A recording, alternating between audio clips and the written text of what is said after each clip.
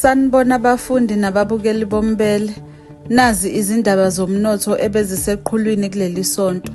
Bajabule abalimi bomoba ngemva kokuthi iphini likaNgqongqoshe woMnyango wezoHwebo, Izimboni nokuncintisana, uMnumzana uZuko Godlimpi livule kabusha isigayo somoba iGledo Mill kwaDukuza KwaZulu-Natal.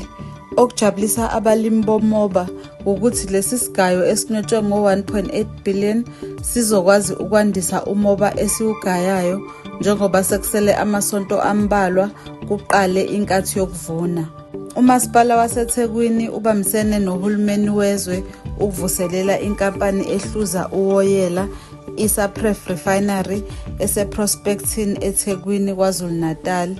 Lokhu kuzodala imisebenzi ewu-12,500 ngesikhathi ilungiswa newu-2,850 uma isisebenza.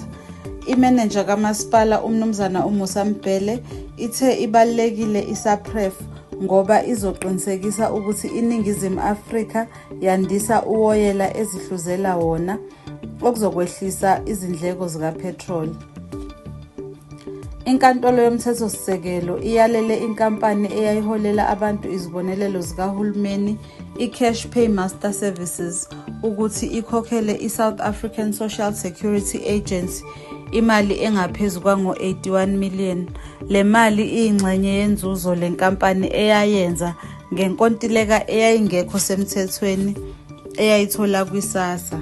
UNgqongqoshe woMnyango Wezimali uMnumzana u-Enoch Godongwana uqoke uMnumzana uThabiso Titi ukuthi abe umqondisi we-Financial Intelligence Center, uhlaka likahulumeni oluqapha izikhungo eziphatha imali ukuthi zilandela umthetho, aziyishushumbisi futhi azilekeleli abashokobezi ngokubabekela imali.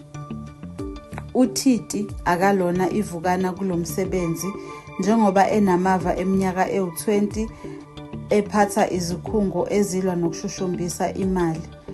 Uneziqu i-Masters in Public and Development Management, i-BA Honours ne-BA in International Relations and Political Studies. Unenqwaba yezitifiketi okubalwa kuzona ese-Project Management. Izinhlangano ezilwela abampofu nezisebenzi zisola uhulumeni ngokungakhathaleli abantu abasebenzisa uparaffin ngemva kokuthi ilitha lawo likhuphuke ngo-11.67 kule nyanga. Zinxusa uhulumeni ukuba uwehlise uqale nesibonelelo sabampofu esiwu-1,500 ngenyanga. Funda ngomnumzana u-Aphiwe Poyo, umholi womfelandawonye iMgquba Agri Holdings Primary Cooperative Limited yaseNgcobo eMpumalanga Kapa. Wayeka umsebenzi wokudayisa izindlu wayolima emakhaya. Yize ayeqale ngokulandela ubizo lwakhe lokulapha, kodwa wabona ukuthi akalandele ezinyathelweni zikamkhulu wakhe owayelima efuya emhlabeni wakhe. Thola lezi zindaba nezinye ngokungena ku-www.umbele.co.za nangokusilandela ekhasini lethu leFacebook elithi Umbele Likhanyile TM.